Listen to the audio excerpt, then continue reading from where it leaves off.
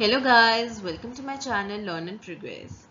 तो आज हम सीटेट 2021 दिसंबर की पैटर्न बेस्ड कुछ प्रैक्टिस क्वेश्चंस करेंगे बेस्ड ऑन पियाजे थ्योरी। ठीक है, हमने लास्ट टाइम पियाजे थ्योरी करा था, आज हम उससे रिलेटेड सारे प्रैक्टिस क्वेश्चंस करेंगे। ठीक है, let us start. First question है, a child sees a crow flying past the window and says a bird. What does it suggest about the child's thinking? तो हमारे पास ये तीन ए बी सी दिए हुए हैं, आपको इनमें से देखना है कि कौन सा सही है and you have to choose the right answer from here. ठीक है, तो आपका जो पार्ट है फर्स्ट, इससे चाइल्ड की थिंकिंग के बारे में क्या पता चलता है? जब उसने क्रो को देख के बर्ड बोला है तो उससे आपको चाइल्ड की थिंकिंग के बारे में क्या पता चल रहा है? Child has previously stored memories, है कि नहीं है? चाइल्ड के पास है, उसको पता है कि जो चीज़ उड़ती है और जो ऐसे उड़ रही है वो एक बर्ड है, तो उसके पास एक प्रीवियसली स्टोर्ड मेमोरीज है, तभी वो कुछ बोल रहा है। The child has developed the concept of a bird. उसने बर्ड का कॉन्सेप्ट डेवलप कर लिया है क्योंकि उसने क्रो एक बर्ड ही है, तो इसलिए उसने क्रो को देख के जब बर्ड बोला तो he knows that that crow is also a bird. उसने कॉन्सेप्ट डेवलप कर लिया है बर्ड का कि जो पंख फैला के जो उड़ता है दैट इज अ बर्ड। ठीक है, तो ये भी आंसर सही है, बी पार्ट भी सही है। The child has developed some tool of language to communicate her experience. उस बच्चे ने एक कोई ना कोई टूल ऑफ लैंग्वेज डेवलप कर लिया है, ऑब्वियसली डेवलप किया है तभी उसने बर्ड बोला है। उसे पता था कि उसे देख के वो चीज़ क्या है और उसे उसने लैंग्वेज में बताने की कोशिश करी। उसने सिंबॉलिक वे में इशारे से नहीं बताया कि जो बर्ड है, उसने बोला है बर्ड। दैट मीन्स उसके पास एक लैंग्वेज है बताने के लिए कि उसने क्या देखा है। तो आपके तीनों ऑप्शन सही है, ए बी और C. The answer will be A, right. Moving on to next question, ये मैंने एग्जाम्पलर से लिया है पेपर 2 में। इसमें था drawing implications from Piaget's theory of cognitive development. Students of age 6 to 8 years in the classroom should, ठीक है, 6 से 8 साल के बच्चे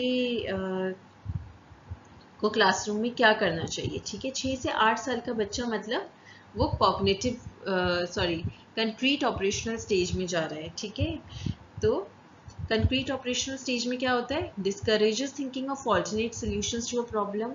ऐसा नहीं है, कंक्रीट ऑपरेशनल स्टेज वाले बच्चे तो प्रॉब्लम के सॉल्यूशंस ढूंढते हैं, जितने भी कंक्रीट प्रॉब्लम्स है उनके प्रॉब्लम्स के सॉल्यूशंस ढूंढने की कोशिश करते हैं। Present problems that require logical and analytical thinking, ये सही है। कंक्रीट ऑपरेशनल स्टेज में क्या होता है? लॉजिकल थिंकिंग शुरू हो जाती है, एनालिटिकल थिंकिंग शुरू हो जाती है, जितनी भी कंक्रीट चीज़ें दिख रही है उससे रिलेटेड वो प्रॉब्लम्स पूछ सकता है। ठीक है, जितनी भी लॉजिकल या एनालिटिकल थिंकिंग वाली चीज़ें हैं जिसमें एनालिटिकल या लॉजिकल सोच की ज़रूरत है, उस वैसे वाले प्रॉब्लम्स वो पूछ सकता है क्लास में।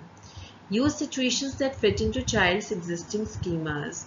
जो चाइल्ड ने अपने दिमाग में जो स्कीमा बनाया हुआ है, ऐसे ही सिचुएशंस यूज़ करना जो कि उसमें फिट हो। तो ये जो पार्ट है ये प्री ऑपरेशनल स्टेज में चला जाता है। ठीक है, then not use visual aids and models.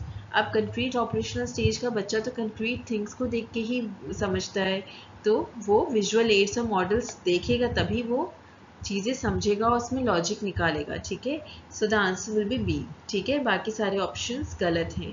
ठीक है, the process of changing the existing schemas to include new information is called. हम जब बने बनाए स्कीमा में चेंज लाते हैं तो वो उस प्रोसेस को क्या कहते हैं? मैंने आपको बताया था दो तरीके से स्कीमास में चेंज लाए जा सकते हैं। स्कीमास को में नया इन्फॉर्मेशन इंक्लूड किया जा सकता है। एक तो उसी जो पहले स्कीमा है वो गलत है तो उसमें चेंज करना, और दूसरा जो स्कीमा है उसमें नई इन्फॉर्मेशन ऐड करना, कोई नई चीज़ आगे आपको उसे ऐड करना है। तो दो तरीके से होता है, जो ऐड करना होता है उसे कहते हैं एसिमिलेशन, और जो चेंज करना होता है उसे कहते हैं अकोमोडेशन। तो इसका आंसर होगा accommodation, right. Next question, cognitive development is supported by. ठीक है, ये भी एक अंडरस्टैंडिंग बेस्ड क्वेश्चन है। ठीक है, तो ध्यान से करना है। कॉग्निटिव डेवलपमेंट कौन सपोर्ट करता है? Conducting relevant and well design test as frequently as possible. सबको यही लगेगा कि कॉग्निटिव डेवलपमेंट जो है रिलेवेंट और वेल डिजाइन टेस्ट को कंडक्ट करने से होता है डेवलप। बिल्कुल सही बात है। कॉग्निटिव डेवलपमेंट होती है वेल डिजाइन टेस्ट को अगर बहुत जल्दी जल्दी अच्छे से किया जाए, तो कंडक्ट किया जाए टेस्ट, तो फिर बच्चा सीखेगा, क्योंकि बच्चा लिटिल साइंटिस्ट है। लेकिन रेलिवेंट और वेल डिजाइन टेस्ट कब होता है? वेल डिजाइन टेस्ट कब करा जाता है? फॉर्मल स्टेज में, जब बच्चा साइंटिस्ट बन चुका है, वो साइंटिफिक सोच करने लगा है, तब वो वेल डिजाइन टेस्ट कर सकता है। उससे पहले तो वो आसपास की चीज़ों को देख के, उसे छू के तब समझ रहा है। ठीक है, तो वेल डिजाइन टेस्ट और कॉग्निटिव डेवलपमेंट बचपन से शुरू हो जाती है, तो हम सिर्फ यही वाला आंसर सही नहीं हो सकता। ठीक है, next, presenting activities that reinforce traditional methods. अब ऐसे एक्टिविटीज जिससे कि बच्चा पुरानी चीज़ें ही सीखता रह जाए, तो उससे भी कॉग्निटिव डेवलपमेंट नहीं होगा। कॉग्निटिव डेवलपमेंट कब होगा? जब बच्चा नई नई मेथड्स निकालेगा, खुद एक्सप्लोर करके नई नई चीज़ें सीखेगा। ठीक है, तब बच्चे का कॉग्निटिव डेवलपमेंट होएगा, मेंटल डेवलपमेंट होएगा, नॉलेज बढ़ेगी, है ना। तो ये भी ऑप्शन गलत है।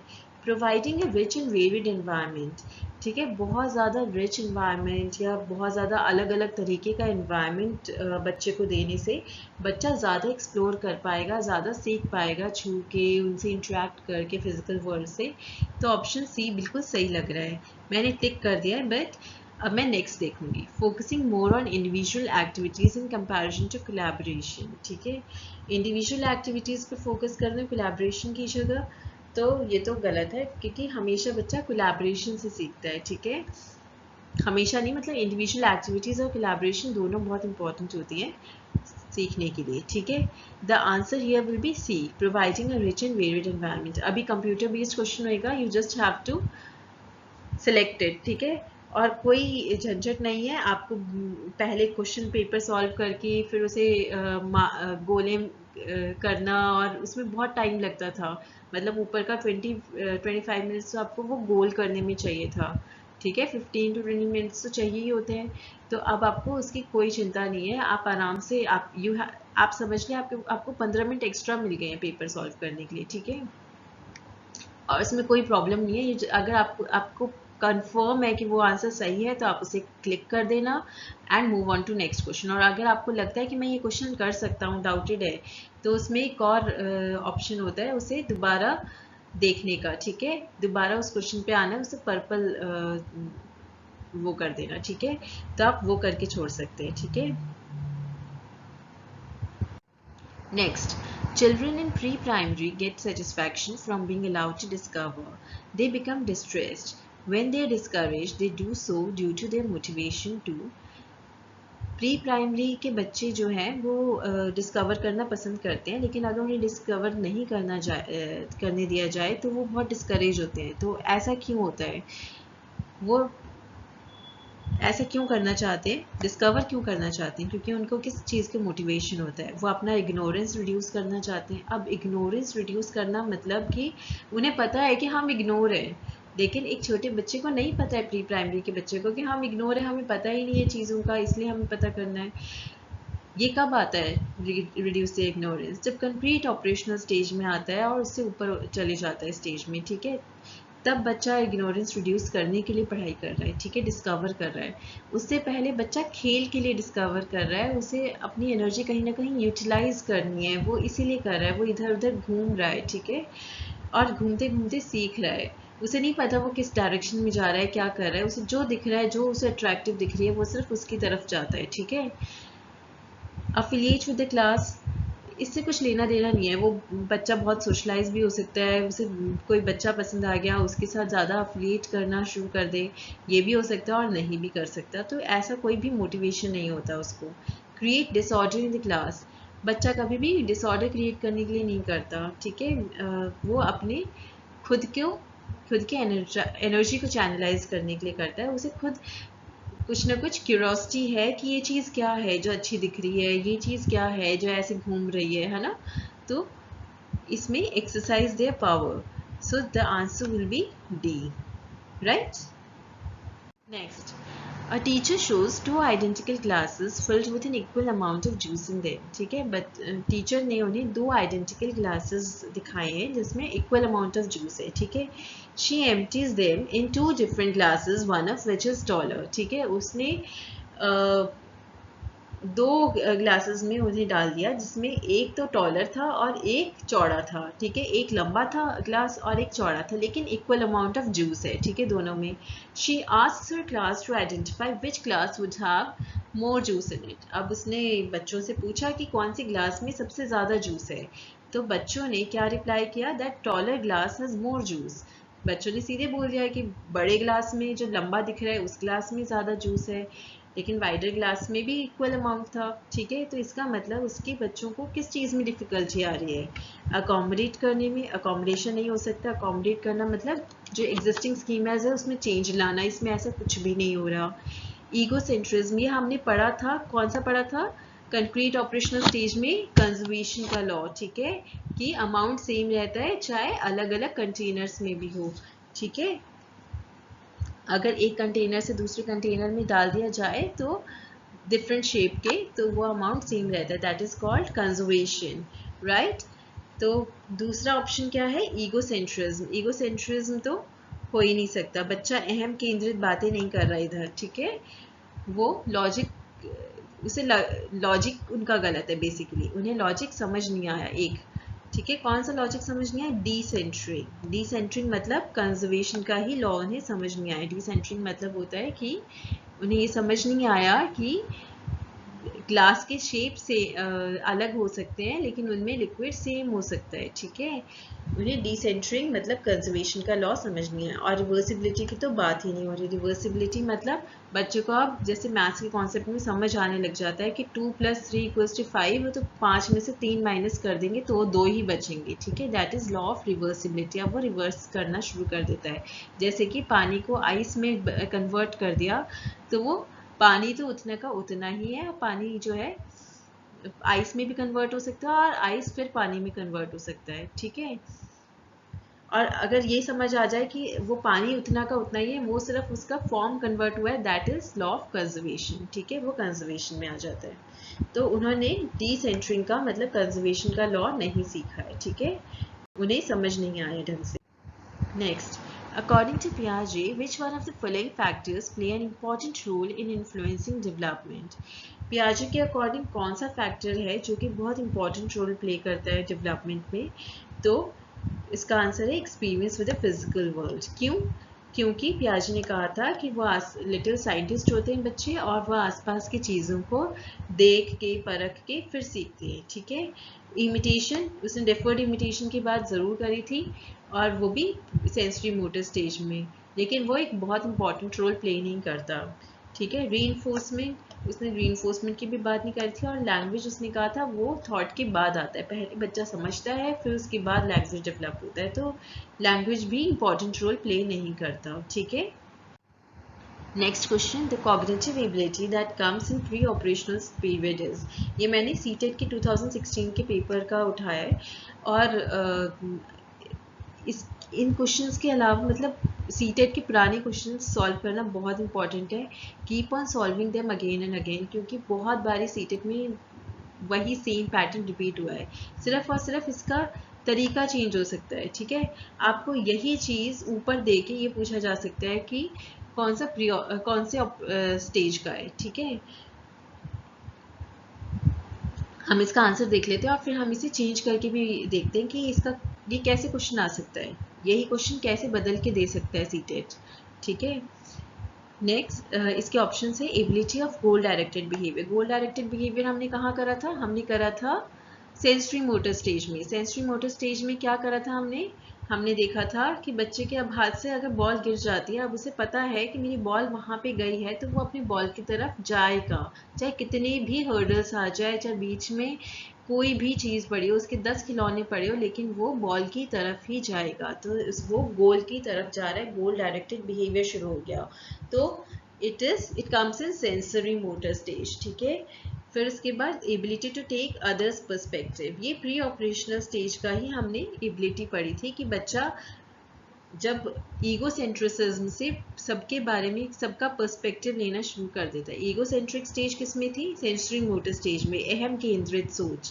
फिर उसके बाद वो प्री ऑपरेशनल स्टेज में आता है जहाँ पे वो सबके पर्सपेक्टिव को ध्यान में रखना शुरू कर देता है कि किसको बुरा तो नहीं लग रहा किसी बात से। नेक्स्ट हाइपोथेटिको डिडक्टिव थिंकिंग, ये तो कब आता है? फॉर्मल स्टेज में आता है। ये तो आपको लर्न हो गया होगा। एबिलिटी ऑफ एब्स्ट्रैक्ट थिंकिंग, ये भी फॉर्मल स्टेज का है, ठीक है।